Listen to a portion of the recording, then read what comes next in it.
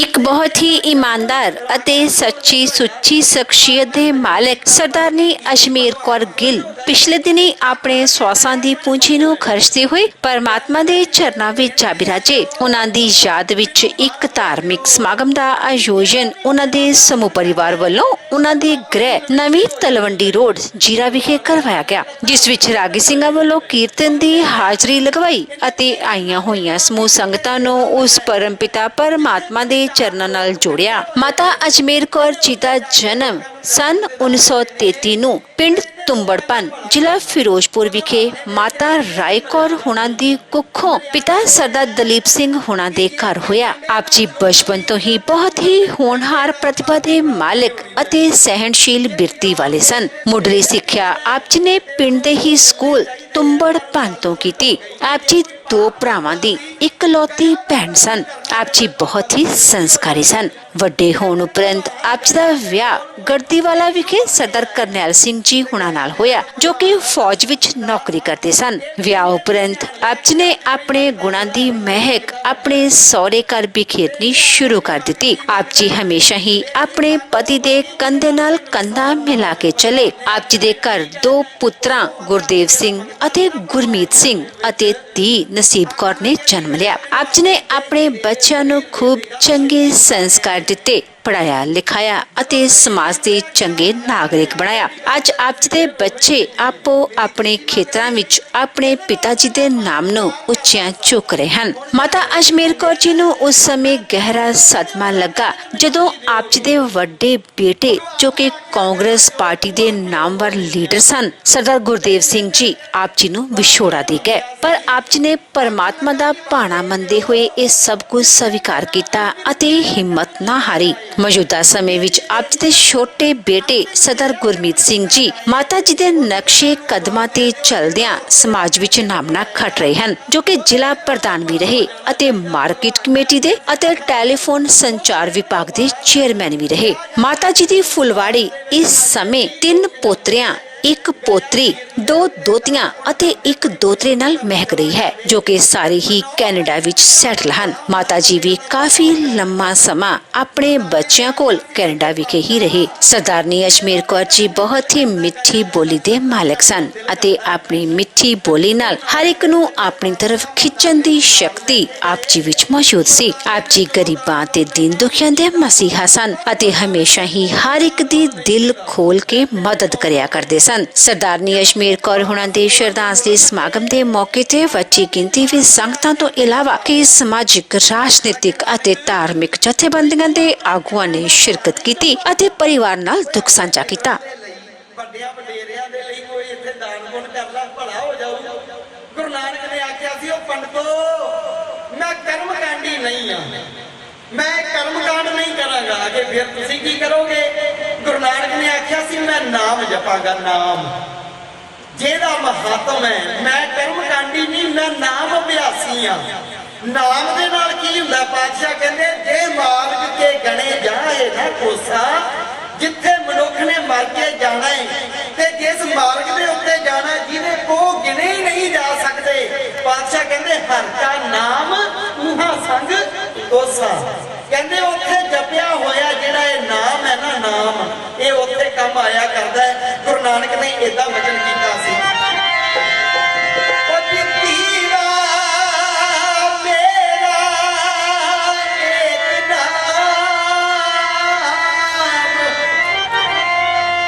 ਗੁਰੂ ਨਾਨਕ ਨੇ ਆਖਿਆ ਸੀ, ਦੀਵਾ ਮੇਰਾ ਏਕ ਨਾਮ। ਪਹਿਲੇ ਸਮਿਆਂ ਦੇ ਵਿੱਚ ਜਦੋਂ ਕਿਸੇ ਬਜ਼ੁਰਗ ਨੇ ਘਰੋਂ ਚਲੇ ਜਾਣਾ, ਮੌਤ ਹੋ ਜਾਣੀ, ਤੇ ਲੋਕਾਂ ਨੇ ਉਹਦੇ ਹੱਥਾਂ ਦੇ ਉੱਤੇ ਨਾ, ਘਰਦਿਆਂ ਨੇ, ਪੁੱਤਰਾਂ ਨੇ, ਧੀਆਂ ਨੇ ਉਹਦੇ ਹੱਥਾਂ ਦੇ ਉੱਤੇ ਦੀਵੇ ਜਗਾ ਦੇਣੇ। ਦੀਵੇ ਜਗਾ ਕੇ ਆਖਣਾ, ਹੈ ਪੁਰਖਾ, ਉਹ ਤੇਰਾ ਜਿੱਥੇ ਤੂੰ ਅੱਗੇ ਜਾਣਾ ਹੈ, ਉਹ ਪੈੜਾ ਜਿਹੜਾ, ਉਹ ਮਾਰਗ ਜਿਹੜਾ ਹੈ, ਉਹ ਬੜਾ ਅੰਧੇਰਾ ਹੈ, ਉੱਥੇ ਬੜਾ ਭਿਆਨਕ ਰਸਤਾ ਹੈ। ਦੀਵੇ ਜਗਾ ਦਿੱਤੇ ਆ, ਤੈਨੂੰ ਇਹਨਾਂ ਦੀਵਿਆਂ ਦੀ ਚਾਨਣਾ ਮਿਲੇ, ਤੇਰਾ ਰਾਹ ਜਿਹੜਾ ਅੱਗੇ ਜਿੱਥੇ ਤੂੰ ਜਾਣਾ ਉਹ ਉਜਵਲ ਹੋ ਜਾਵੇ। ਗੁਰੂ ਨਾਨਕ ਨੇ ਵਚਨ ਕੀਤਾ, ਲੋਕੋ ਬਈ ਜਦੋਂ ਮੈਂ ਸੰਸਾਰ ਵਿੱਚੋਂ ਜਾਵਾਂ, ਮੇਰੇ ਲਈ ਮਿੱਟੀ ਦਾ ਦੀਵਾ ਲਿਆਉਣ ਦੀ ਲੋੜ ਨਹੀਂ, ਮੇਰੇ ਲਈ ਦੀਵਾ ਲਿਆ ਕੇ ਉਹਦੇ ਵਿੱਚ ਤੇਲ ਪਾਉਣ ਦੀ ਲੋੜ ਨਹੀਂ, ਮੇਰੇ ਲਈ ਮਿੱਟੀ ਦਾ ਦੀਵਾ ਲਿਆ ਕੇ ਵੱਟੀ ਵੱਟ ਕੇ ਉਹਨੂੰ ਅਗਨੀ ਦੇ ਨਾਲ ਜਲਾਉਣ ਦੀ ਲੋੜ ਨਹੀਂ। ਫਿਰ ਗੁਰੂ ਨਾਨਕ ਤੇਰੇ ਲਈ ਦੀਵਾ ਕਿਹੜਾ ਜਗਾਈਏ? ਗੁਰੂ ਨਾਨਕ ਨੇ ਬਚਨ ਕੀਤਾ ਸੀ, ਉਹ ਲੋਕੋ ਮੇਰੇ ਜਾਣ ਤੋਂ ਬਾਅਦ ਜੇ ਕਿਸੇ ਨੇ ਕੋਈ ਦੀਵਾ ਜਗਾਉਣਾ ਹੋਵੇ ਉਹ ਦੀਵਾ ਜਗਾਇਓ ਨਾਮ ਰੂਪੀ ਦੀਵਾ। ਇਹ ਦੀਵਾ ਜਿਹਦੇ ਹਿਰਦੇ ਵਿੱਚ ਜਗ ਜਾਵੇ ਸੰਗਤ ਜੀ ਚੌਹਾਂ ਲੋਕਾਂ ਦੇ ਵਿੱਚ ਉਹਦੀ ਉਜਾਗਰੀ ਹੋ ਜਾਇਆ ਕਰਦੀ ਹੈ। ਕਬੀਰ ਜੀ ਕਹਿੰਦੇ ਅੰਧਿਆਰੇ ਦੀਪਕ ਚਾਹੀਏ, ਹਨੇਰੇ ਦੇ ਵਿੱਚੋਂ ਕੋਈ ਵਸਤੂ ਲੱਭਣੀ ਹੋਵੇ ਤੇ ਕਹਿੰਦੇ ਉਹਦੇ ਲਈ ਦੀਵੇ ਦੀ ਲੋੜ ਹੈ। ਪਰ ਕਹਿੰਦੇ ਜਦੋਂ ਉਹ ਦੀਵਾ ਬਾਹਰ ਰੂਪੀ ਦੀਵਾ ਨਹੀਂ, ਉਹ ਨਾਮ ਰੂਪੀ ਦੀਵਾ। ਕਬੀਰ ਜੀ ਕਹਿੰਦੇ ਅੰਧਿਆਰੇ ਦੀਪਕ ਚਾਹੀਏ, ਇੱਕ ਵਸਤ ਗੋਚਰ ਲਈਏ। ਦੀਵਾ ਲੈ ਕੇ ਪਰਮੇਸ਼ਰ ਨੂੰ ਬਾਹਰ ਜੰਗਲਾਂ ਵਿੱਚ ਜਾ ਕੇ ਲੱਭਣ ਦੀ ਲੋੜ ਨਹੀਂ, ਉਹ ਨਾਮ ਰੂਪੀ ਦੀਵਾ ਆਪਣੇ ਹਿਰਦੇ ਵਿੱਚ ਜਗਾ ਲਓ। ਕੀ ਹੋ ਜਾਏਗਾ? ਕਹਿੰਦੇ ਅੰਧਿਆਰੇ ਦੀਪਕ ਚਾਹੀਏ, ਇੱਕ ਵਸਤ ਗੋਚਰ ਲਈਏ। ਵਸਤ ਗੋਚਰ ਪਾਈ ਘਟ ਦੀਪਕ ਰਿਹਾ ਸਮਾਈ। ਕਹਿੰਦੇ ਜਦੋਂ ਹਿਰਦੇ ਦੇ ਵਿੱਚ ਨਾਮ ਰੂਪੀ ਦੀਪਕ ਜਗ ਗਿਆ, ਜਿਹੜਾ ਮਨੁੱਖ ਬਾਹਰ ਲੱਭਦਾ ਫਿਰਦਾ ਸੀ ਉਹ ਆਪਣੇ ਹਿਰਦੇ ਵਿੱਚੋਂ ਹੀ ਲੱਭ ਸਕਦਾ ਹੈ। ਇਸ ਵਾਸਤੇ ਸਾਡੇ ਗੁਰੂ ਸਾਹਿਬਾਨ ਨੇ ਜੋ ਹੁਕਮ ਕੀਤਾ ਹੈ, ਜੋ ਉਪਦੇਸ਼ ਕੀਤਾ ਹੈ ਕਿ ਕੋਈ ਪ੍ਰਾਣੀ ਜਦੋਂ ਚਲਾ ਜਾਵੇ ਜੇ ਉਹਦੇ ਲਈ ਕੁਝ ਕਰਨਾ ਹੋਵੇ ਉਹਦੇ ਲਈ ਨਾਮ ਜਪੋ। ਨਾਮ ਜਪਣ ਤੋਂ ਵੱਡੀ ਹੋਰ ਕੋਈ ਕਰਮ ਕਾਂਡ ਨਹੀਂ ਜੇ ਹੋ ਸਕਦਾ। ਸਾਨੂੰ ਸਾਡੇ ਗੁਰੂ ਸਾਹਿਬਾਨ ਦਾ ਇਹ ਉਪਦੇਸ਼ ਹੈ। ਜਦੋਂ ਗੁਰੂ ਰਾਮਦਾਸ ਪਾਤਸ਼ਾਹ ਸੰਸਾਰ ਵਿੱਚੋਂ ਜਾਣ ਲੱਗੇ ਤੇ ਬਾਬਾ ਸੁੰਦਰ ਸਿੰਘ ਜੀ ਕਹਿੰਦੇ ਵੀ ਉਹਨਾਂ ਨੇ ਆਪਣੀ ਜ਼ੁਬਾਨੀ ਲਿਖਿਆ ਹੈ, ਜਿਹੜਾ ਕਿ ਅਸੀਂ ਸਦ ਪੜ੍ਹਦੇ ਆ। ਉਹਦੇ ਵਿੱਚ ਪਾਤਸ਼ਾਹ ਕਹਿੰਦੇ ਵੀ ਅਖੀਰ ਦੇ ਵਿੱਚ ਜਦੋਂ ਜਾਣ ਲੱਗੇ ਸਾਰੀਆਂ ਸੰਗਤਾਂ ਨੂੰ ਧੀਆਂ ਪੁੱਤਰਾਂ ਨੂੰ ਇਕੱਠਿਆਂ ਕਰ ਲਿਆ ਤੇ ਕਹਿੰਦੇ ਅੰਤੇ ਸਤਿਗੁਰ ਬੋਲਿਆ ਮੈਂ ਪਿੱਛੇ ਕੀਰਤਨ ਕਰਿਓ ਨਿਰਵਾਣ ਜੀਓ। ਅਖੀਰ ਦੇ ਵਿੱਚ ਸਤਿਗੁਰੂ ਜੀ ਬਚਨ ਕੀਤਾ ਸੀ ਜੇ ਕਿਸੇ ਨੇ ਮੇਰੇ ਲਈ ਕੁਝ ਕਰਨਾ ਹੋਵੇ ਹੋਰ ਕੁਝ ਵੀ ਕਰਨ ਦੀ ਲੋੜ ਨਹੀਂ, ਨਾਮ ਜਪਿਆ ਜਾਵੇ, ਬਾਣੀ ਪੜ੍ਹੀ ਜਾਵੇ, ਉਹਦਾ ਕੀਰਤਨ ਕੀਤਾ ਜਾਵੇ। ਸਾਨੂੰ ਸਭ ਤੋਂ ਵੱਡੀ ਸ਼ਰਧਾਂਜਲੀ ਉਹ ਹੋਵੇਗੀ। ਤੇ ਕਲਯੁਗ ਦੇ ਵਿੱਚ ਪਾਤਸ਼ਾਹ ਕਹਿੰਦੇ ਦੇਖੋ ਪਹਿਲੇ ਸਮਿਆਂ ਦੇ ਵਿੱਚ ਪੰਡਤ ਗਿਆ ਤੇ ਜਾ ਕੇ ਦਾਨ ਪੁੰਨ ਕਰਦੇ ਸੀ, ਹੋਰ ਕੀ ਕੁਝ ਬੜੇ ਕੁਝ ਯਤਨ ਕਰਿਆ ਕਰਦੇ ਸੀ। ਇਹ ਉਹਨਾਂ ਯੁੱਗਾਂ ਦੀਆਂ ਮਰਿਆਦਾਵਾਂ ਸਨ। ਹੁਣ ਯੁੱਗ ਕਿਹੜਾ ਹੈ? ਪਾਤਸ਼ਾਹ ਕਹਿੰਦੇ ਹੁਣ ਕਲਯੁਗ ਆ ਗਿਆ। ਬਾਣੀ ਵਿੱਚ ਲਿਖਦੇ ਆ ਅਬ ਕਲੂ ਆਇਓ ਨੀ। ਕਹਿੰਦੇ ਹੁਣ ਕਲਯੁਗ ਆ ਗਿਆ, ਹੁਣ ਕੀ ਕਰਨਾ? ਕਹਿੰਦੇ ਇੱਕ ਨਾਮ ਬੋਵੋ ਬੋਵੋ ਅਨਰੂਤ ਨਾਹੀ ਨਾਹੀ ਮਤ ਭਰਮ ਭੂਲੋ ਭੂਲੋ। ਤੇ ਕਿੱਦਾਂ ਕਰਕੇ ਗੁਰਬਾਣੀ 'ਚ ਲਿਖਦੇ ਹੈ ਜੀ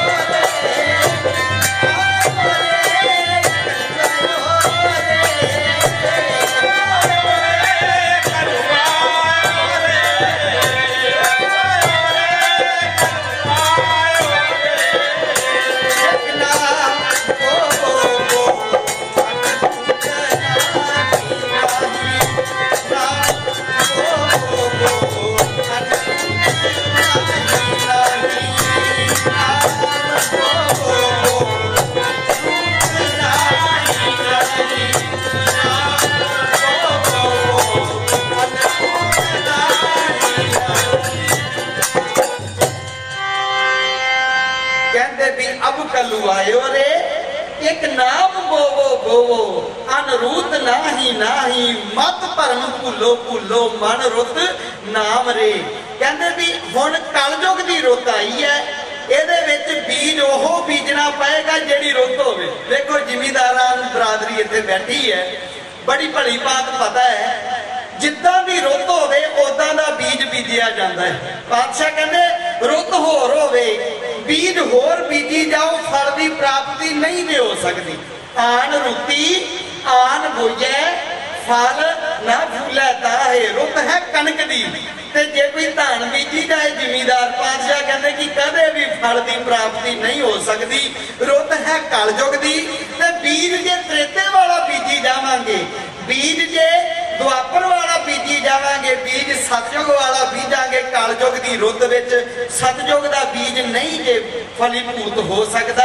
ਇਸ ਕਰਕੇ ਪਾਤਸ਼ਾਹ ਕਹਿੰਦੇ ਕਲਯੁਗ ਮੈਂ ਇੱਕ ਨਾਮ ਉਧਾਰ, ਕਲਯੁਗ ਦੇ ਵਿੱਚ ਕੇਵਲ ਤੇ ਕੇਵਲ ਜਿਹੜਾ ਨਾਮ ਹੈ ਨਾ, ਨਾਮ ਸੰਗਤ ਜੀ ਇਹ ਹੀ ਮਨੁੱਖ ਦਾ ਉਧਾਰ ਕਰ ਸਕਦਾ ਹੈ। ਪਹਿਲੇ ਸਮਿਆਂ ਦੇ ਵਿੱਚ ਮਨੁੱਖਾਂ ਦੀਆਂ ਬੜੀਆਂ ਵੱਡੀਆਂ ਵੱਡੀਆਂ ਆਰਜ਼ਾਂ ਸੀ, ਉਹਨਾਂ ਕੋਲ ਅੱਜ ਜਿੰਨੇ ਬਿਹਾਰ ਵੀ ਨਹੀਂ ਸੀ, ਉਹਨਾਂ ਕੋਲ ਪੈਸੇ ਵੀ ਬੜੇ ਹੁੰਦੇ ਸਨ, ਤੀਰਥ ਯਾਤਰਾ ਕਰ ਲਿਆ ਕਰਦੇ ਸੀ ਤੇ ਸਮਾਂ ਬੜਾ ਸੀ, ਵੱਡੀਆਂ ਆਰਜ਼ਾਂ ਸੀ। ਅੱਜ ਮਨੁੱਖ ਕੋਲ ਸਮਾਂ ਬਹੁਤਾ ਨਹੀਂ, ਅੱਜ ਮਨੁੱਖ ਕੋਲ ਆਰਜਾ ਵੀ ਛੋਟੀ ਹੈ। ਇਸ ਕਰਕੇ ਪਾਤਸ਼ਾਹ ਕਹਿੰਦੇ ਵੱਡੇ ਵੱਡੇ ਕਰਮ ਕਾਂਡ ਨਹੀਂ ਕੀਤੇ ਜਾ ਸਕਣੇ। ਨਾਮ ਇੱਕ ਏਦਾਂ ਦਾ ਕਰਮ ਹੈ ਕਿ ਜਿਹੜਾ ਗਰੀਬ ਵੀ ਕਰ ਸਕਦਾ, ਜਿਹੜਾ ਅਮੀਰ ਵੀ ਕਰ ਸਕਦਾ। ਹੁਣ ਜੇ ਕਿਤੇ ਹਜੂਰ ਸਾਹਿਬ ਕਿਸੇ ਗਰੀਬ ਨੇ ਯਾਤਰਾ ਕਰਨੀ ਹੋਵੇ ਸੰਗਤ ਜੀ ਕਿੱਦਾਂ ਕਰ ਸਕਦਾ ਹੈ? ਉਹਦੇ ਕੋਲ ਉੱਥੇ ਜਾਣ ਦਾ ਖਰਚਾ ਹੀ ਨਹੀਂ, ਉਹਦੇ ਕੋਲ ਇੰਨਾ ਸਮਾਂ ਹੀ ਨਹੀਂ ਗਰੀਬ ਦੇ ਕੋਲ। ਪਰ ਜੇ ਉਹਦੇ ਕੋਲ ਨਾਮ ਹੈ ਨਾ, ਨਾਮ ਉਹ ਆਪਣੇ ਘਰ ਵਿੱਚ ਬੈਠ ਕੇ ਵੀ ਜਪ ਸਕਦਾ ਹੈ। ਉਹਨੂੰ ਇਹ ਨਹੀਂ ਕਿ ਇਹਨੂੰ ਧਨ ਕਮਾਉਣਾ ਪਏਗਾ, ਅੰਮ੍ਰਿਤ ਵੇਲੇ ਉੱਠੋ 1 ਘੰਟਾ ਨਾਮ ਜਪਿਆ ਜਾ ਸਕਦਾ। ਤੋਂ ਪਾਤਸ਼ਾਹ ਸਾਨੂੰ ਇਹ ਕਹਿੰਦੇ ਵੀ ਕਲਯੁਗ ਮੈਂ ਇੱਕ ਨਾਮ ਉਧਾਰ, ਬਾਬਾ ਨਾਨਕ ਬੋਲੇ ਬ੍ਰਹਮ ਵਿਚਾਰ। ਇਹ ਬ੍ਰਹਮ ਵਿਚਾਰ ਹੈ। ਗੁਰੂ ਨਾਨਕ ਦੇਵ ਪਾਤਸ਼ਾਹ ਬਚਨ ਕਰਦੇ ਨੇ ਕਲਯੁਗ ਦੇ ਵਿੱਚ ਕੇਵਲ ਤੇ ਕੇਵਲ ਨਾਮ ਜਪਿਓ। ਜੇ ਅੱਜ ਅਸੀਂ ਇੱਥੇ ਮਾਤਾ ਜੀ ਦੀ ਯਾਦ ਵਿੱਚ ਜੁੜ ਬੈਠੇ ਆ, ਮੈਂ ਬੇਨਤੀ ਕਰਨੀ ਹੈ ਦਾਨ ਪੁੰਨ ਬੜਾ ਕਰ ਸਕਦੇ ਆ, ਪਰ ਪਾਤਸ਼ਾਹ ਕਹਿੰਦੇ ਕਿ ਅਸਲੀ ਜੇ ਕੋਈ ਮਾਤਾ ਪਿਤਾ ਦੇ ਲਈ ਕੁਝ ਕਰਨਾ ਚਾਹੁੰਦਾ ਹੈ, ਮਾਤਾ ਪਿਤਾ ਦੇ ਰਿਣ ਨੂੰ ਉਤਾਰਨਾ ਚਾਹੁੰਦਾ ਹੈ, ਉਹ ਕੀ ਕਰੇ? ਨਾਮ ਤੋਂ ਉੱਤਮ ਹੋਰ ਕੋਈ ਵਸਤੂ ਨਹੀਂ। ਨਾਮ ਜਪ ਕੇ ਉਹਦਾ ਸੰਕਲਪ ਕਰ ਦਿੱਤਾ ਜਾਏ ਕਿ ਇਹ ਨਾਮ ਮਾਤਾ ਜੀ ਦੀ ਜੀਵ ਆਤਮਾ ਨੂੰ ਅਸੀਂ ਸਮਰਪਿਤ ਕੀਤਾ, ਉਹਨਾਂ ਦਾ ਭਲਾ ਹੋਵੇ। ਸਭ ਤੋਂ ਵੱਡੀ ਸ਼ਰਧਾਂਜਲੀ, ਸਭ ਤੋਂ ਵੱਡਾ ਰਿਣ ਨਾਮ ਜਪ ਕੇ ਉਤਾਰਿਆ ਜਾ ਸਕਦਾ ਹੈ। ਨਹੀਂ ਤੇ ਮੈਂ ਬੇਨਤੀ ਕਰਨੀ ਹੈ ਕਿ ਸੰਗਤ ਜੀ ਮਾਤਾ ਪਿਤਾ ਦਾ ਰਿਣ ਉਤਾਰਿਆ ਹੀ ਨਹੀਂ ਜੇ ਜਾ ਸਕਦਾ, ਨਹੀਂ ਉਤਰ ਸਕਦਾ ਮਾਤਾ ਪਿਤਾ ਦਾ ਰਿਣ। ਜੋ ਇੱਕ ਮਾਂ, ਜੋ ਇੱਕ ਪਿਤਾ ਆਪਣੇ ਬੱਚਿਆਂ ਲਈ ਕਰਦਾ ਹੈ। ਅੱਜ ਮਾਤਾ ਅਜਮੇਰ ਕੌਰ ਜੀ ਦੀ ਯਾਦ ਵਿੱਚ ਇੱਥੇ ਜੁੜ ਬੈਠੇ ਆ।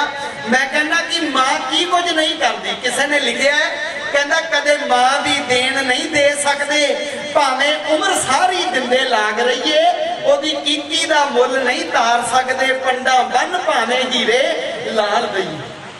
ਦਾਨ ਪੁੰਨ ਕਰਕੇ ਜੇ ਕੋਈ ਆਖੇ ਕਿ ਮਾਤਾ ਦਾ ਰਿਣ ਉਤਾਰ ਦੇਵਾਂ, ਸੰਗਤ ਜੀ ਮਾਤਾ ਪਿਤਾ ਦਾ ਕੀਤਾ ਹੋਇਆ ਚੜਾਇਆ ਹੋਇਆ ਰਿਣ ਕੋਈ ਵੀ ਇਸ ਤਰ੍ਹਾਂ ਉਤਾਰ ਨਹੀਂ ਜੇ ਸਕਦਾ, ਭਾਵੇਂ ਕਿੰਨਾ ਵੀ ਵੱਡਾ ਦਾਨ ਪੁੰਨ ਕਿਉਂ ਨਾ ਕਰ ਲਿਆ ਜਾਵੇ। ਕਿਉਂ? ਕਿਉਂਕਿ ਮਾਂ ਇੱਕ ਉਹ ਹਸਤੀ ਹੈ ਸੰਗਤ ਜੀ ਜਿਹੜੀ ਜੀਵ ਨੂੰ ਆਪਣੇ ਗਰਭ ਵਿੱਚ 9 ਮਹੀਨੇ ਰੱਖ ਕੇ ਤੇ ਅਨੇਕਾਂ ਪ੍ਰਕਾਰ ਦੇ ਕਸ਼ਟ ਸਹਿ ਕੇ ਆਪਣੇ ਜ਼ਿੰਦਗੀ ਨੂੰ ਦਾਅ ਦੇ ਉੱਤੇ ਲਾ ਕੇ ਬੱਚੇ ਨੂੰ ਜਨਮ ਦਿੰਦੀ ਹੈ। ਉਸ ਤੋਂ ਬਾਅਦ ਆਪਣੀ ਅੰਮ੍ਰਿਤ ਰੂਪੀ ਚਰਬੀ ਖੋਰ ਕੇ ਬੱਚੇ ਨੂੰ ਅੰਮ੍ਰਿਤ ਰੂਪੀ ਦੁੱਧ ਚੁਗਾ ਕੇ ਪਾਲਦੀ ਹੈ। ਉਸ ਪਵਿੱਤਰ ਹਸਤੀ ਨੂੰ ਮਾਂ ਦਾ ਮਹਾਂਪੁਰਖਾਂ ਨੇ ਦਰਜਾ ਦਿੱਤਾ ਹੈ। ਕਹਿੰਦੇ ਮਾਂ ਭਾਵੇਂ 2 ਲੱਤਾਂ ਵਾਲੀ ਹੋਵੇ, ਸੁਣਿਓ, ਕਹਿੰਦੇ ਮਾਂ ਭਾਵੇਂ 4 ਲੱਤਾਂ ਵਾਲੀ ਹੋਵੇ, ਮਾਂ ਹੋਵੇ ਢਿੱਡ ਦੇ ਭਾਰ ਰੇਂਗਣ ਵਾਲੀ ਜੂਨ ਵਿੱਚ, ਮਾਂ ਹੋਵੇ ਖੰਭਾਂ ਦੇ ਆਸਰੇ ਉਡਾਰੀਆਂ ਲਾਉਣ ਵਾਲੀ ਜੂਨ ਦੇ ਵਿੱਚ, ਉਹ ਮਾਂ ਹੀ ਹੋਇਆ ਕਰਦੀ। ਕਿਸੇ ਨੇ ਆਖਿਆ, ਕਹਿੰਦੇ ਭੌਂਦੀ ਇੱਲ ਆਕਾਸ਼ ਤੇ ਵੇਖ ਮੁਰਗੀ, ਬੱਚੇ ਪੈਰਾਂ ਦੇ ਹੇਠ ਲੁਕਾਵਦੀ ਏ, ਘਰ ਕਿਸੇ ਦੇ ਸੱਪ ਜਾਂ ਚੋਰ ਆਵੇ, ਮਾਂ ਕਾਕੋ ਰੌਲਾ ਝੱਟ ਪਾਵਦੀ ਏ, ਪੁੱਤ ਪਿਛਾਂ ਢਾਂਵਦੀ ਬਾਹ ਫੜ ਕੇ ਪਿੰਡਾ ਹੋ ਅੱਗੇ ਫੰਦ ਲਾਵਦੀ ਏ। ਉਹ ਦੁਨੀਆ ਵਿੱਚ ਔਲਾਦ ਗੁਰੂ ਖਾਲਸਾ ਜੀ ਚੰਗੀ ਸਭ ਨਾਲੋਂ ਨਜ਼ਰ ਆਵਦੀ। ਮਾਂ ਨੂੰ ਔਲਾਦ ਨਾਲੋਂ ਚੰਗਾ ਹੋਰ ਕੁਝ ਲੱਗਦਾ ਹੀ ਨਹੀਂ। ਸਭ ਤੋਂ ਪਿਆਰੀ ਚੀਜ਼ ਹੈ ਮਨੁੱਖ ਦੇ ਲਈ ਸੰਸਾਰ ਵਿੱਚ ਆ ਕੇ ਆਪਣੀ ਜਾਨ। ਪਰ ਮਾਂ ਨੂੰ ਜਾਨ ਪਿਆਰੀ ਨਹੀਂ ਹੋਇਆ ਕਰਦੀ, ਮਾਂ ਨੂੰ ਆਪਣਾ ਪੁੱਤ ਪਿਆਰਾ, ਮਾਂ ਨੂੰ ਆਪਣੀ ਔਲਾਦ ਪਿਆਰੀ ਹੋਇਆ ਕਰਦੀ ਹੈ। ਉਹ ਕਰਜ਼ ਮਾਵਾਂ ਦੇ ਕੌਣ ਉਤਾਰੇ, ਰੱਬ ਤੋਂ ਵੱਡੀਆਂ ਹੁੰਦੀਆਂ ਮਾਵਾਂ।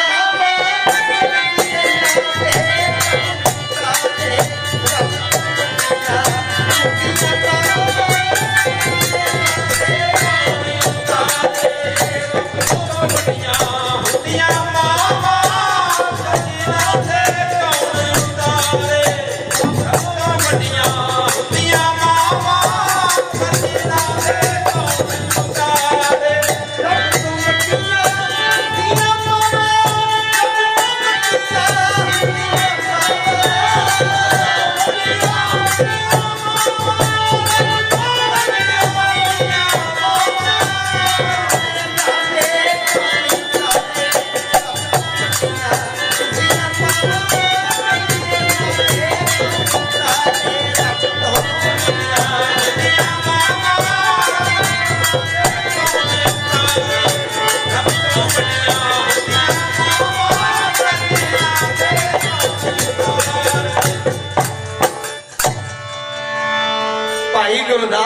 वचन कीता कहंदे मां जिहड़ी है ना मां ते पिता कहंदे इन्हां दा दर्जा रब तो भी वड्डा दर्जा होया करदा वड्डा दर्जा। पुछया जी किदां?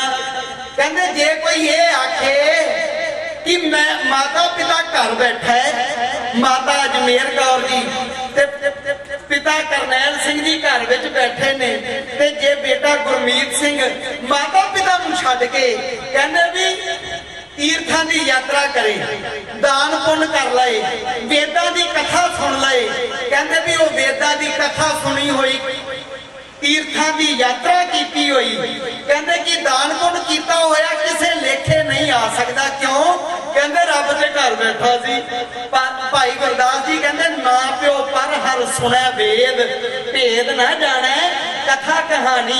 जे वेदां नूं सुणदा है कहंदे भी ओदी वेदां दी कथा सुनी दा महात्म नहीं जे मिल सकदा। मां प्यो पर हर करे पूज, कहंदे देवी देव ना सेवक माणी, मां प्यो पर हर करे तीर्थ, बन खंड भुला फिरै बिबाणी। क्यों? कहंदे परमेश्वर ਉਹ ਸਾਰ ਨਾ ਜਾਣੀ। ਮਾਤਾ ਪਿਤਾ ਨੂੰ ਛੱਡ ਕੇ ਕਹਿੰਦੇ ਵੀ ਜੇ ਕੋਈ ਬੱਚਾ ਤੀਰਥਾਂ ਦੀ ਯਾਤਰਾ ਕਰਦਾ, ਦੇਵੀ ਦੇਵਤਿਆਂ ਨੂੰ ਮਨਾਉਂਦਾ, ਧਿਆਨ ਰੱਖਣਾ ਉਹ ਇੱਕ ਰੱਬ ਨੂੰ ਨਿਰਾਸ਼ ਕਰਕੇ ਤੇ ਦੂਜੇ ਨੂੰ ਮਨਾਉਂਦਾ ਫਿਰੇ, ਕਹਿੰਦੇ ਵੀ ਇਹ ਕੋਈ ਗੱਲ ਲੇਖੇ ਵਿੱਚ ਨਹੀਂ ਜੇ ਪੈ ਸਕਦੀ। ਕਿਉਂ? ਕਹਿੰਦੇ ਮਾਤਾ ਪਿਤਾ ਹੀ ਰੱਬ ਹੋਇਆ ਕਰਿਆ ਕਰਦੇ, ਗੁਰ ਪਰਮੇਸ਼ਰ सार ना जानी। कहते उन्हें समझ लो फिर गुरु ते परमेश्वर की सार ही नहीं जानी। माता पिता का रुतबा साडे गुरु साहबा ने रब दे नालों वड्डा कीता, वड्डा दिता है। एक इतिहास विच होर कथा होंदी है, हजरत मूसा पैगंबर बारे जिक्र होंदा है। कहते भी इनू खुदाबंद करीम ने अल्लाह ताला ने अपने हथ दे नाल लिखियां होईयां सलेटां दित्तियां सी। इनू पैगंबर मनदा ईसाई धर्म, वो इस करके कहा जाता कि मूसे दियां सीधियां खुदा दे नाल गल्लां सी। हर रोज कोहतूर पहाड़ दे उत्ते जाके इन्हें खुदा दे नाल गल्लां बातां करनियां ते खुदा ने जेड़ा भी हुक्म करना इन्हें आके प्रजा नूं हुक्म सुनाउणा। होया कि कहंदे भी एक दिन समा इदां दा आया, खुदावंद करीम आखन लगे मूसा बई तू हुण अगे तो जेड़ा वचन करेगा ना वो वचन बड़ा ही संभल के करी, क्योंकि तेरे मुखों क्या होया वचनों में पूरा नहीं होना। उन्हें आख्या जी क्यों? ये क्यों, की कारण है? तब खुदावंद करीम आखन लगे मूसा बई हुण तेरी माता नहीं रही, क्योंकि माता का देहांत हो गया। मूसा पैगंबर की माता का जदों देहांत होया, खुदा आखन लगे अज तो बाद अगे तेरे वचन पूरे हुंदे सी, पर ध्यान रखी अज तो बाद तेरे वचन पहला वांग पूरे नहीं होने, सफले नहीं होने, संभल के गल करी। अगे जी ओदे पिछे की कारण? मां नहीं रही तो मेरा रुतबा तो ओह ही है ना। अगे नहीं मूसा, अगे जदों तू घरों निकलदा सा ना, घरों तुरदा सा, उदों ही तेरी मां तेरे लिए लखां लखां दुआवां मंगन लग जाती सी। हे अल्लाह मेरे पुत नूं तत्ती बाह ना लगे, वो नाम जपदी सी, बंदगी करदी सी, वो इबादत करदी सी ते इबादत करके जदों मेरे कोलों वो मंगदी सी कि मेरे पुत नूं तत्ती बाह ना लगे, मेरा पुत राजा बने, मेरे पुत नूं सलामा होण, ते ओहदा वचन मैनूं भी मनना पैंदा सी। हुण तेरी मां नहीं रही ते ध्यान रखी ओए हुण तेरे वचन भी पूरे नहीं होने। अगे तेरी रसना ते तेरी मां बैठ जाया करदी सी आके। ते किसी कवि ने लिखिया कहते माता पिता जदों चले जाते हैं घर दे विचों, समझो कि मां दा जो प्यार है वो किसी होर कोलों मिल ही नहीं दे सकता। पातशाह ने गुरबाणी में लिखिया कहते प्यो दे ना प्यार तुल, ना फुफी ना पितिए ताए। कहते जेड़ा पिता दा प्यार है, अज संत करनैल सिंह जी होरां दा जो प्यार सी, मैं कहना गुरमीत सिंह जी होरां नूं भाई गुरदास जी कहते ना फुफड़ा कोलों मिल सकता पिता दा प्यार, ना ताया कोलों ना चाचिया कोलों। कहते प्यो दे ना प्यार तुल, ना फुफी ते ना पितिए ताए। कहते माऊ हेत ना पुजनी, वो हेत ना मामे मासियां जाए। मां दियां भैणां मासियां किन्नियां भी क्यों ना होण, मां दे भरा मामे भावें किन्ने क्यों ना होण, भाई गुरदास जी कहते बई प्यो दा प्यार प्यो दा हुंदा है, मां दा प्यार बच्चे नूं होर कितों मिल नहीं सकता। इस करके वो गाया करते सन बहुत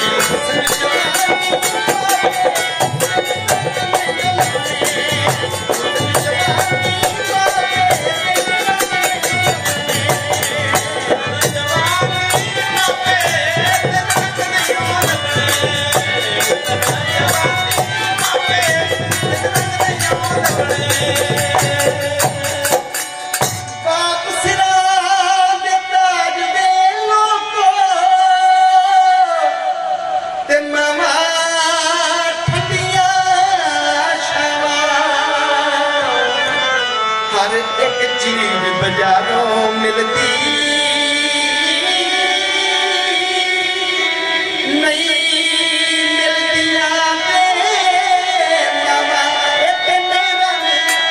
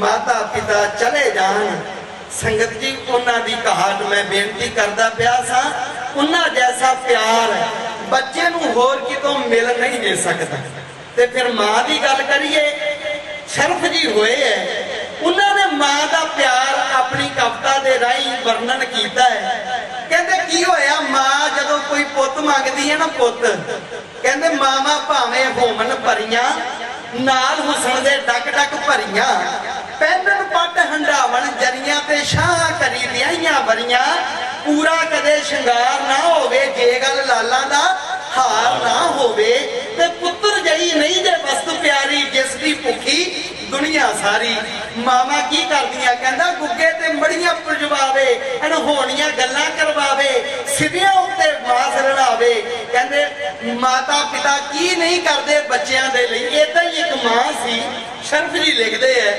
कहंदे ओदे घर पुੱਤ ना होया मां बड़ियां दे कोल पीरा फकीरां दे कोल जाके चढ़ावे चाढ़े पर पुत्र ना होया एक दिन पुत्र की प्राप्ति हुई ते ओ शरफ जी लिखदे कहंदे सहक सहक पुत लभा एक मां ततड़ी नूं लख लख शुक्र उस रब दा गुजारिया कहंदे मां नूं बड़ियां ही तरले मिनतियां करन तो बाद पुत्र मिलिया ते उन्हें रब दा शुक्रियाना कीता होया की कहंदे सहक सहक पुत लभा एक मां ततड़ी नूं लख लख शुक्र उस रब दा गुजारिया तां उहदे पुत नूं ना तत्ती वा पाउण दित्ती दुख झल्ले ओदे हिके अपनी नूं ठारिया ओ बैठा फिर रिड़िया तुरिया जवान होया देदे वार मुहब्बतां सीसा दे सवारिया कहंदे भी होया की बादशाह कहंदे जदों बच्चे दा जन्म हुंदा है ओदा सब तो पहला प्यार पैंदा मां दे दुध नाल पहला प्यार लगा खान दुध दूजा की हुंदा कहंदे माए बाप की सुध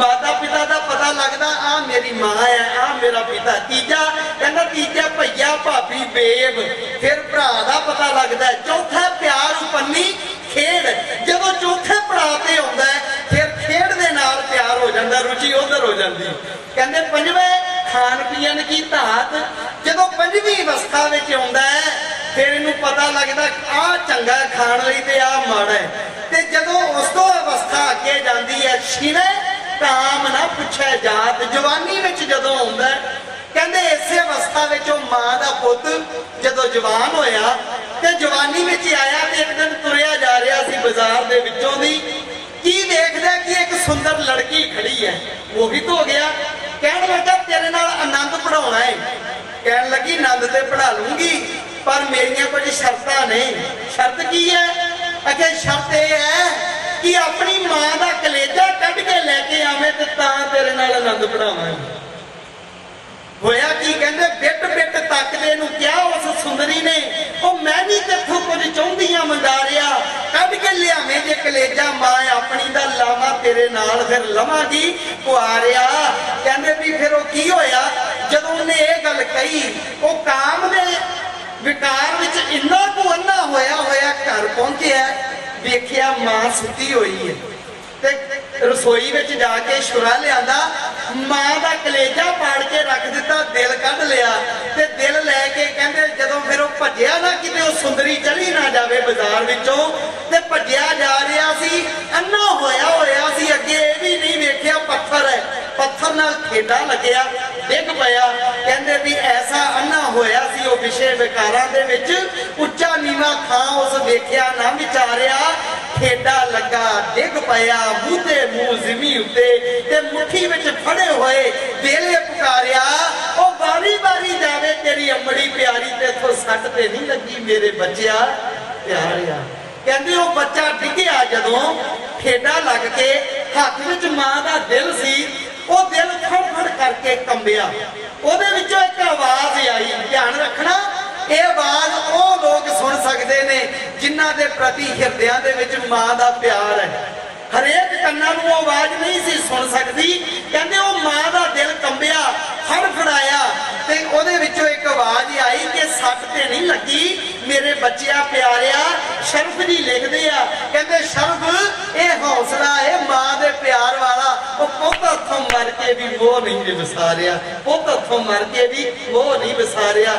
इदां दीयां मावां लभ्या करदियां ने। वो कहंदा है ए तेरे रंग नहीं लभणे,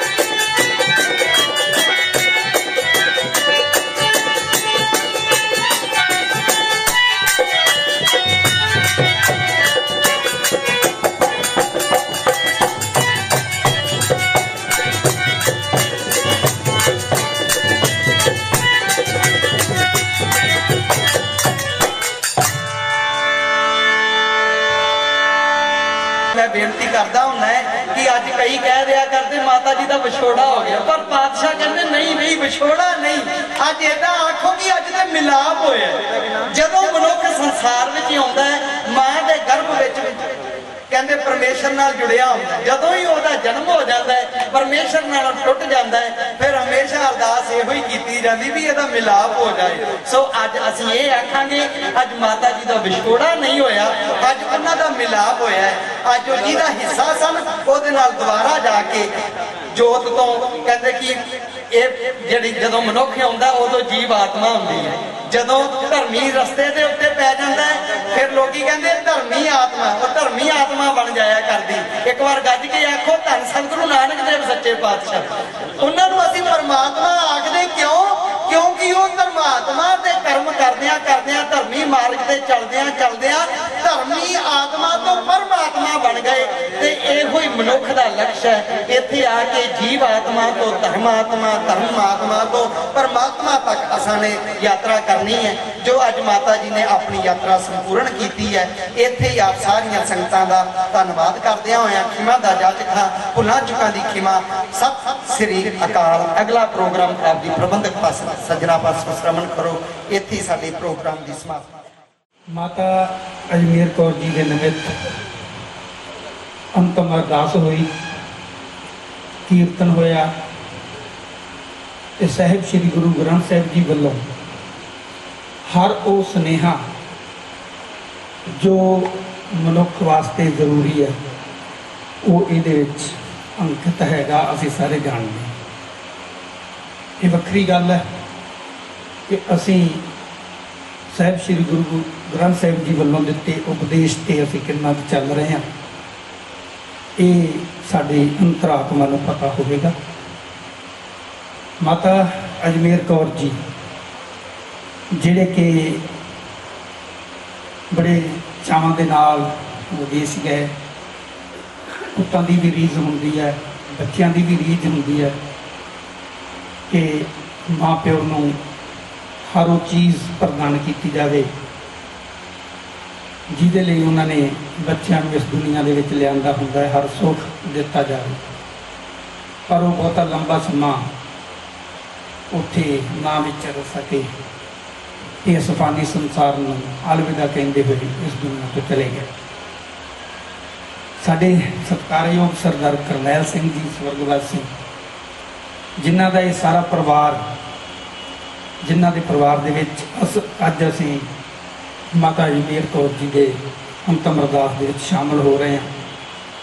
ਉਹਨਾਂ ਵੱਲੋਂ, ਕਿਉਂਕਿ ਮੇਰਾ ਪਿੰਡ ਇੱਕ ਹੈ ਤੇ ਅਸੀਂ ਬਜ਼ੁਰਗਾਂ ਤੋਂ ਵੀ ਸੁਣਿਆ, ਕੁਝ ਆਪ ਹੰਡਾਇਆ, ਨਾਲ ਵਿਚਰੇ, ਤੇ ਕਿਤੇ ਵੀ ਇਹੋ ਜਿਹੀ ਗੱਲ ਮਹਿਸੂਸ ਨਹੀਂ ਕੀਤੀ ਜਿੱਥੇ ਪਰਿਵਾਰ ਵੱਲੋਂ ਕੋਈ ਕਮੀਆਂ ਦੀ ਗੱਲ ਹੋਵੇ ਜਾਂ ਫਿਰ ਕੋਈ ਉਲਾਂਭੇ ਦੀ ਗੱਲ ਹੋਵੇ।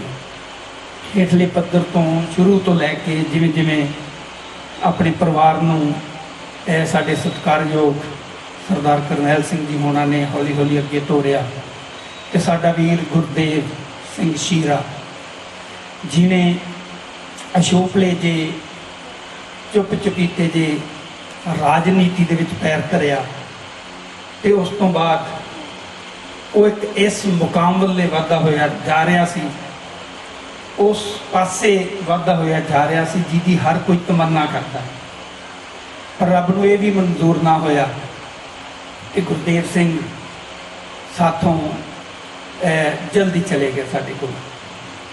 ਗੁਰਮੀਤ ਦੀ ਜੇ ਮੈਂ ਗੱਲ ਕਰਾਂ, ਗੁਰਮੀਤ ਨੇ ਇੱਕ ਉਹ ਫਰਜ਼ ਨਿਭਾਇਆ ਜੋ ਨਿਭਾਉਣਾ ਚਾਹੀਦਾ ਸੀ, ਜੋ ਹਰ ਸਿਆਣਾ ਵਿਅਕਤੀ, ਸਮਝਦਾਰ ਵਿਅਕਤੀ ਆਪਣੇ ਪਰਿਵਾਰ ਨੂੰ ਅੱਗੇ ਤੋਰਨ ਵਾਸਤੇ ਨਿਭਾਉਂਦਾ ਹੈ। ਉਹਨੇ ਪਰਿਵਾਰ ਨੂੰ ਆਪਣੀ ਬੁੱਕਲ ਦੇ ਵਿੱਚ ਲਿਆ, ਤੇ ਇਸ ਸਭ ਕੁਝ ਦੇ ਵਿੱਚ ਇੱਕ ਮਾਤਾ ਦਾ ਜਿਹੜਾ ਸਹਿਜ ਸੁਭਾਅ ਸੀਗਾ, ਇੱਕ ਮਾਤਾ ਦੀ ਜਿਹੜੀ ਦੇਣ ਸੀਗੀ, ਉਹਨਾਂ ਦੇ ਕੋਲੇ ਬੈਠ ਕੇ ਇੱਕ, ਜਦੋਂ ਤੁਸੀਂ ਉਹਨਾਂ ਦੇ ਕੋਲੇ ਬੈਠਦੇ ਜਾਂ ਵਿਚਰਦੇ ਜਾਂ ਅਸੀਂ ਆਉਂਦੇ, ਤਾਂ ਉਹਨਾਂ ਦੇ ਸੁਭਾਅ ਦੇ ਵਿੱਚੋਂ ਇੱਕ ਸਹਿਜ ਗੱਲ ਨਿਕਲਦੀ, ਇੱਕ ਵਧੀਆ ਗੱਲ ਨਿਕਲਦੀ, ਇੱਕ ਪਾਏਦਾਰ ਗੱਲ ਨਿਕਲਦੀ। ਤੇ ਇਹੀ ਕਾਰਨ ਸੀਗਾ ਕਿ ਇਹ ਪਰਿਵਾਰ ਹੌਲੀ ਹੌਲੀ ਅੱਗੇ ਵੱਧਦਾ ਗਿਆ। ਸਾਡੀ ਭੈਣ ਨਸੀਬ, ਕਿਉਂਕਿ ਮਾਂ ਅਤੇ ਧੀ ਦਾ ਰਿਸ਼ਤਾ ਦੁੱਖ ਉਹਦੇ ਲਈ ਵੀ ਛੋਟਾ ਨਹੀਂ ਹੈ, ਤੇ ਉਹ ਵੀ ਇੱਥੇ ਅਸੀਂ ਉਹਦੇ ਨਾਲ ਵੀ ਦੁੱਖ ਸਾਂਝਾ ਕਰ ਰਹੇ ਹਾਂ, ਗੁਰਮੀਤ ਦੇ ਨਾਲ ਵੀ ਦੁੱਖ ਸਾਂਝਾ ਕਰ ਰਹੇ ਹਾਂ। ਜੇ ਸਾਡੇ ਬੱਚੇ ਆ, ਜਿਹੜੇ ਪੋਤਰੇ ਆ ਮਾਤਾ ਦੇ, ਦਲਬੀਰ, ਅਮਨ, ਹੈਰੀ, ਇਹ ਵਿਦੇਸ਼ ਦੇ ਵਿੱਚ, ਸਾਰਿਆਂ ਨੂੰ ਹੈ ਆਜ਼ਾਦੀ ਦੇ ਜਾਣ ਦਾ ਦੁੱਖ ਹੈਗਾ, ਗਮ ਹੈਗਾ। ਸੋ ਇਹ ਸਾਰਾ ਕੁਝ ਅਸੀਂ ਸਾਰੇ ਇਕੱਠਿਆਂ ਦਾ, ਇੰਨੀ ਵੱਡੀ ਗਿਣਤੀ ਦੇ ਵਿੱਚ ਆਉਣ ਦਾ ਇਹੀ ਹੈ ਕਿ ਇੱਕ ਪੂਰਨੇ ਚੰਗੇ ਪਾਏ ਸੀ ਮਾਤਾ ਜੀ ਵੱਲੋਂ, ਤੇ ਗੁਰਮੀਤ ਸਿੰਘ ਜੀ ਹੋਣਾ ਦੇ ਪਿਤਾ ਜੀ ਵੱਲੋਂ ਇੱਕ ਚੰਗਾ ਮਾਰਗਦਰਸ਼ਨ ਕੀਤਾ ਗਿਆ ਪਰਿਵਾਰ ਦਾ, ਤੇ ਗਾਂ ਅੱਗੇ ਗੁਰਮੀਤ ਹੋਣਾ ਨੇ ਬਹੁਤ ਅੱਛੇ ਤਰੀਕੇ ਦੇ ਨਾਲ ਸੰਭਾਲਿਆ, ਜਿਸ ਕਰਕੇ ਉਹਨਾਂ ਦੀ ਬਦੌਲਤ ਹੈ ਕਿ ਅੱਜ ਸਾਰੀਆਂ ਰਾਜਨੀਤਿਕ, ਸਮਾਜਿਕ, ਧਾਰਮਿਕ ਸੰਸਥਾਵਾਂ ਦੇ ਆਗੂ ਇੱਥੇ ਸਾਡੇ ਦਰਮਿਆਨ ਪਹੁੰਚੇ ਆ। ਮੈਂ ਜ਼ਿਆਦਾ ਵਕਤ ਨਾ ਲੈਂਦਾ ਹੋਇਆ, ਕਿਉਂਕਿ ਇਸ ਸਮੇਂ ਨੂੰ ਨਾਲ ਲੈ ਕੇ ਚੱਲਣਾ ਚਾਹੀਦਾ। ਸਾਡੇ ਵਿੱਚ ਸਾਡੇ MP ਸਾਹਿਬ, ਉਹਨਾਂ ਦੇ ਬੇਟੇ ਉਪਦੇਸ਼ ਗਿੱਲ ਜੀ ਬੈਠੇ ਆ ਜੀ, ਅਸੀਂ ਉਹਨਾਂ ਦਾ ਧੰਨਵਾਦ ਕਰਦੇ ਹਾਂ ਕਿ ਉਹਨਾਂ ਨੇ ਸਮਾਂ ਕੱਢਿਆ ਸਾਡੇ ਵਾਸਤੇ।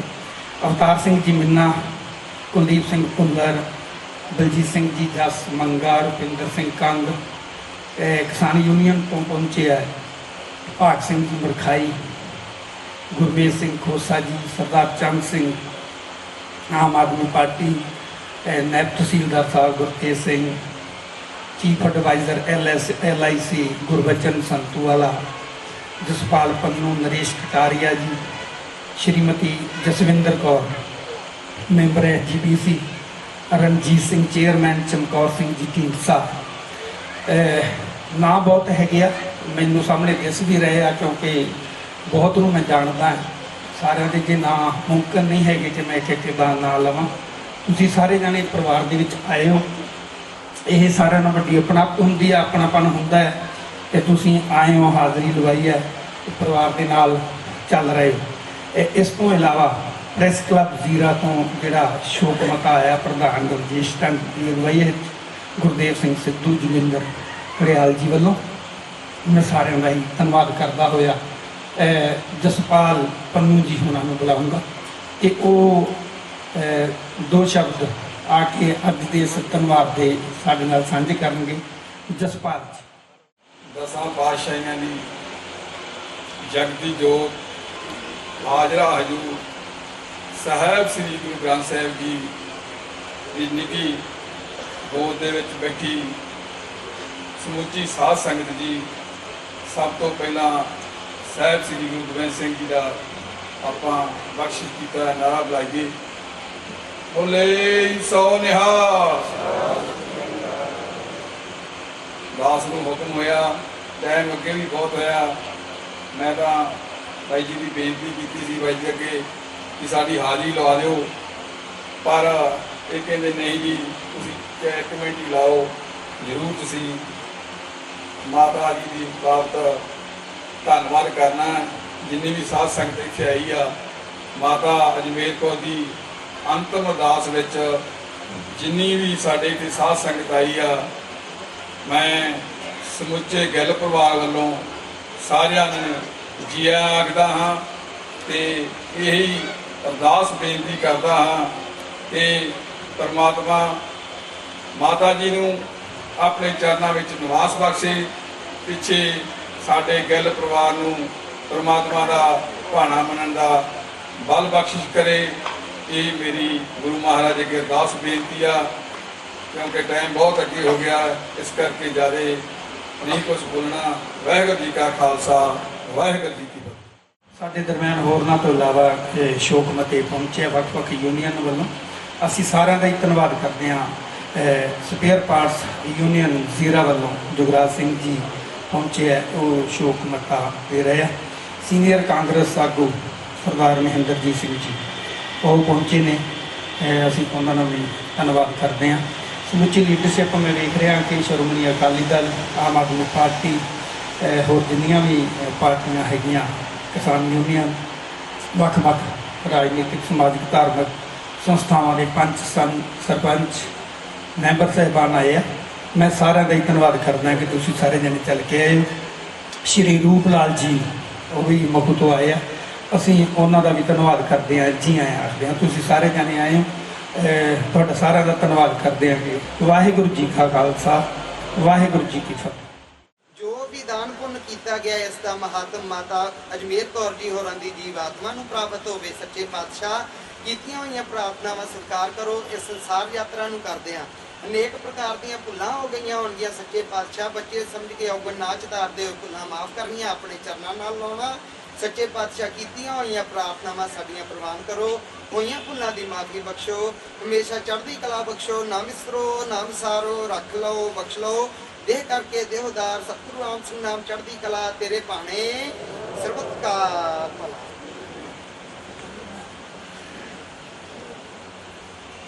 ਜੋ ਬੋਲੇ ਸੋ ਨਿਹਾਲ।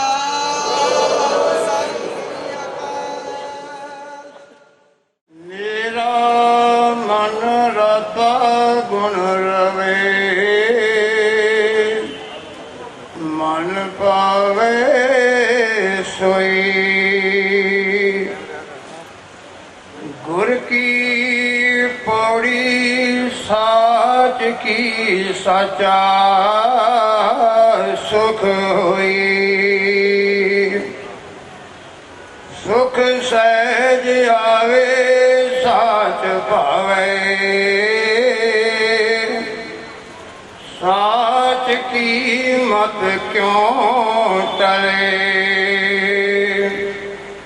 ਇਸ਼ਨਾਨ ਦਾਨ ਸੋ ਗਿਆਨ ਮਜਨਿਆ छलो क्यों छले परपंच मोह विकार थके कूड़ कपट नांदोई मेरा मन रता गुण रवे मन पावे सोई साहेब सो सलाहिए जिन कारण किया मैल लगी मन मैले किन अमृत पिया मत अमृत पिया हो मन दिया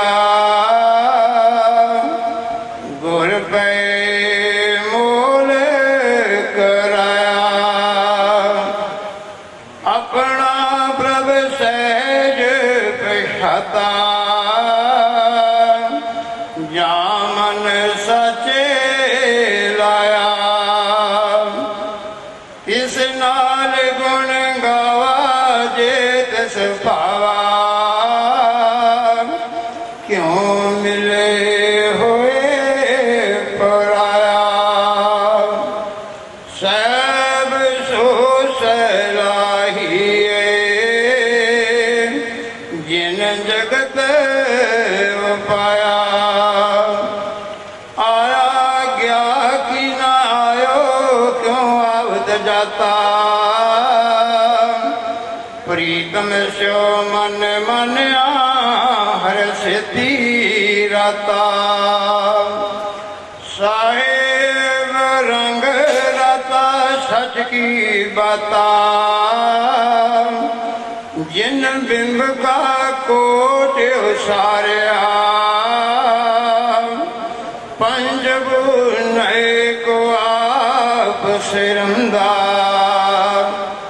जिन सच का पिंड सवारिया हम अवगण यारे तू सुन प्यारे तुद पावे सच्ची सोई आवन जाना ना थिए साची मत होई